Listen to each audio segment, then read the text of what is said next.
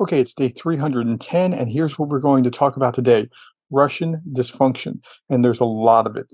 We're going to talk about the missile strikes and the drone attacks. We're going to talk about dysfunction in the Russian military. We'll talk about how Russia is becoming even more of an authoritarian state, and how Putin and Xi are meeting and what's going to and not going to come of it. Finally, we'll end with some fun with Russian state media. Okay, before we get going, I want to talk about this. Mats Larson, 1399, said, where did the number 120 come from? We're talking about the missile strikes yesterday. There, according to Ukrainian sources, 69 missiles entering Ukrainian territory, and 54 of them were shot down, according to reporting from Ukraine. Okay, yes, that's true, and it's technically that is the correct answer, but 120 was missiles and jet strikes. Okay, and they were put together in most media as missile strikes, although it's technically not the same. And my reply to that was that multiple headlines, I try to find repeated headlines, and then I eliminate the least informing sources. And that's what you should do when you're triangulating on the news. Okay, so let's move along. So here's the first article, and I just want to show you what a missile strike going over your territory looks like. Look at this. Dawn breaks and the strikes begin. Phone video captures a Russian cruise missile heading toward Kyiv. Russia fired nearly 70 missiles plus It's got to be drones. terrible to have to experience that kind of thing and see that on a regular basis. Okay, so the strikes didn't really do a whole lot. I mean, some of them hit, but not a lot of damage was done, in the sense that it's all recovered by the next day. As of 11 a.m. on December 30th, that's one day later, the power deficit in the United Energy System of Ukraine was at the same level before the 10th massive Russian missile attack on Thursday. So it's dysfunctional if you simply can't have the effect. You're lobbing 120 either missiles or jet shot missiles at Ukraine, and really there's no effect. So it's not looking good. Okay, latest drone attack, that's today. Latest drone attack on Kyiv sends residents to air shelters. Shortly after 2 a.m., Kyiv's city government issued an alert on Telegram messaging app calling residents to proceed to shelters. A little bit more, Ukrainian military Eastern Command later reported that anti-aircraft missiles had shot down 10 drones over Zaporizhia, and this region I can't really pronounce that well. Another article, and this one's by Radio Free Europe. Russian continues kamikaze drone attacks. Ukraine says all 16 were downed.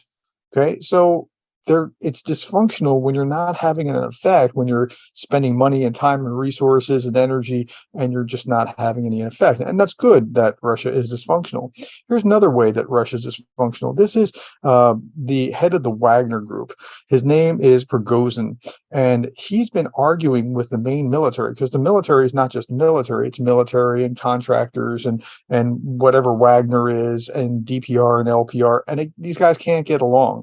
And so Prigozhin put out a video on Monday criticizing Putin, and then a video, a Wagner fighter addresses comments to the chief of the general staff of the Russian army, and he's saying, we have nothing to fight with. And this is out, like, I believe it's out around Bakhmut, and we have nothing to fight with. We have no rounds. The guys are dying here for us. We need rounds. We're fighting against the entire Ukrainian army near Bakhmut. Where are you? It's about time you help us. Okay, that's not a good place to be. And this is not, this is military.com, which is pretty reputable. It's not so I would put some stock into that.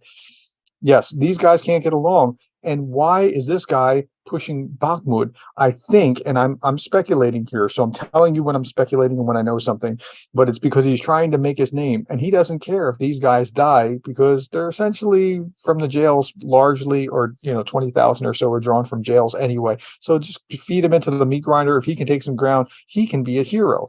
That's poor leadership. Okay, more dysfunction. This is the Institute for the Study of War, and this is dysfunction within Russia itself. I want to show you this one passage here. The Kremlin continues to manipulate Russian law to grant the state increasingly broad powers using vague language. Now, that's what I heard. I have a master's in public policy, and I heard vague language. And I went, whoa, wait a minute, in order to eliminate dissent and threaten Ukrainian sympathizers. So the way the law is supposed to work is, if you do X, then you're penalized for X. Not if you do X, you're penalized for, well, X or Y or Z or Q or P because it's so broad that it's encompassing all these other things. No, it's supposed to be very specific about what you can and cannot do. Now, that made me think about something. So here, let me finish what it's saying here, and then I'll tell you what I was thinking about. Russian authorities have sentenced Russians up to life imprisonment for assistance to subversive activities or for undergoing training for the purpose of carrying out sabotage activities and for organizing a sabotage community between 5 and 10 years imprisonment or participation in such a community. What does participation in such a community mean? Does it mean that you're in the same Facebook group with someone, or what exactly? So they've got to be very clear, but they're being broad intentionally because that way they can clamp down. Alexander Solzhenitsyn talked about this in the Gulag Archipelago, where he talked about the Soviet code was written so broadly it could capture anyone for anything, and he spent years in prison and then ultimately wrote the Gulag. I'm very concerned. I've become in recent days very troubled for Russia. And I know that sounds weird because I'm all in. I'm all pro Ukraine, but I think that Russia is going internally, not the Russian military, but Russia as the country itself is going to. The longer this goes, the more likely I see a Russian collapse or Russian just authoritarian clampdown, devastation. Just like it's becoming more and more Soviet over time. If that makes sense, for lack of a clearer term. Okay, ex-chief rabbi says Jews should leave Russia while they can, and this is along the same kind of theme. When we look back over Russian history, whenever the political system was in danger, you saw the government trying to redirect the anger and discontent of the masses toward the Jewish community, he said. We're seeing a rising anti-Semitism while Russia is going back to a new kind of Soviet Union, just like I was just saying, right? The pressure was put on the community leader to support the war, and I refused to do so. I resigned because to continue as chief rabbi of Moscow would be a problem for the community. So he's a good leader. That's very wise to be recognizing what's going on, but he's seeing the writing on the wall and thinking about, well, what's coming down the pike. There's a section of Russian society called the Krikel, the creative class of business and cultural leaders, intellectuals, and artists, said Goldschmidt. And I think it's safe to say a great percentage of those people have left Russia, which is and will be very detrimental to Russian society. So the creative class is leaving, but so has 1 million men who don't want to be drafted in the mobilization. And so between those two factors, it's hurting the economy, just that alone, let alone the authoritarian laws and the very vague authoritarian laws. And yeah, it's bad. Ukraine has a long history of anti-Semitism. It was remarkable that Volodymyr Zelensky, who made no secret of his Jewishness, was elected Ukraine's president with more than 40 or 70% of the vote. Show me another country that is in the grip of Nazis where the Jewish community is thriving. What a great point. So, yeah, there's not Nazis there. And by the way, when the Russians talk about Nazis, they're not talking about Nazis. They're talking about anyone who is Russophobic, which means anyone who is anti-Russia in their disposition. And so that's what they mean by Nazis. They use the term fairly loosely. Okay, let's shift gears again and talk about Putin and Xi met against the backdrop of growing crises for both leaders.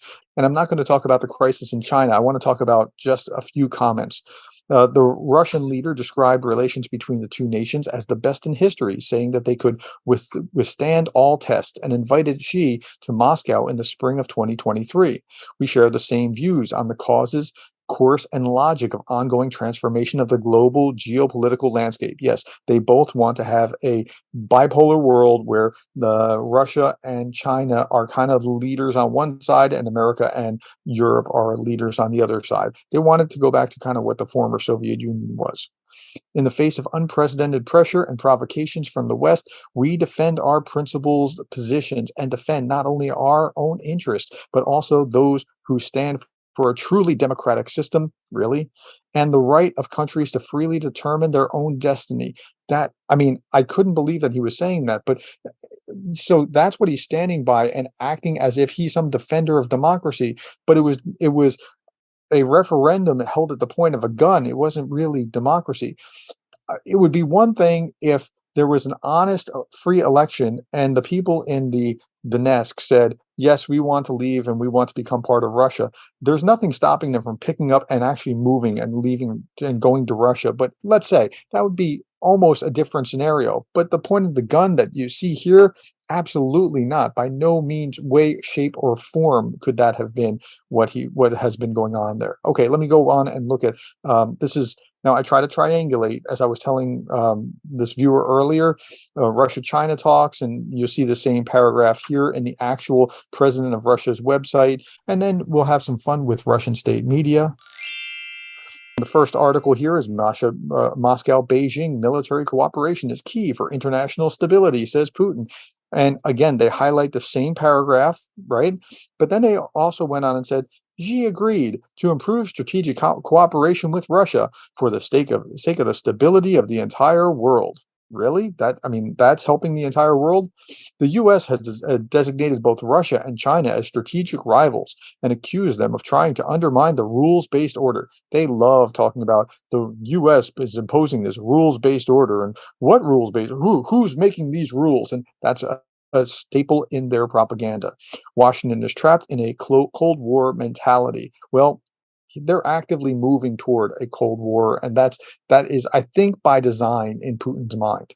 Okay, let me go on to the next one. Over 3,000 bodies of civilians recovered in Mariupol, says investigators.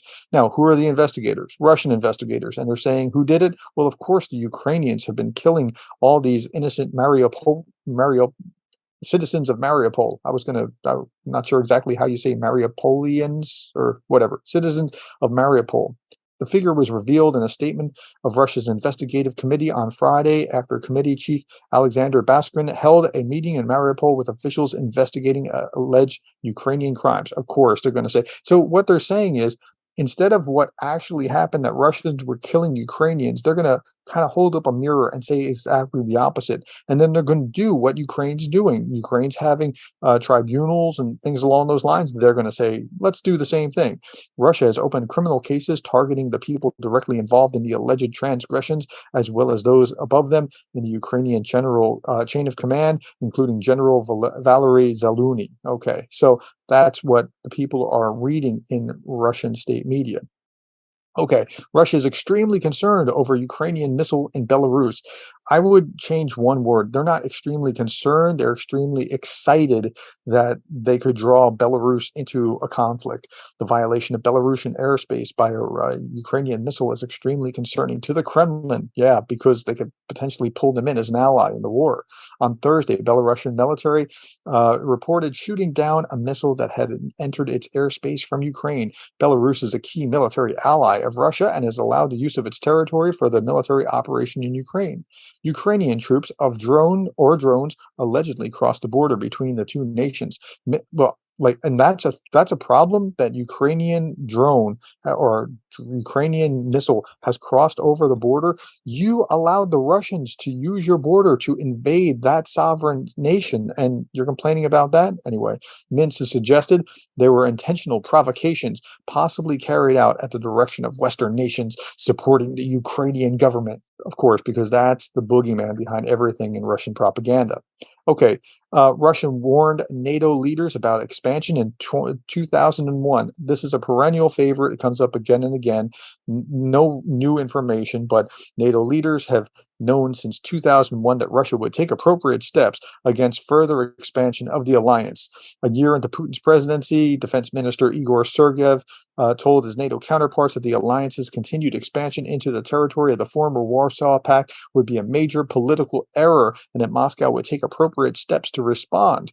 3 years later, Bulgaria, Romania, Slovakia, Slovenia, Estonia, Latvia, Lithuania joining the U.S. military-led bloc.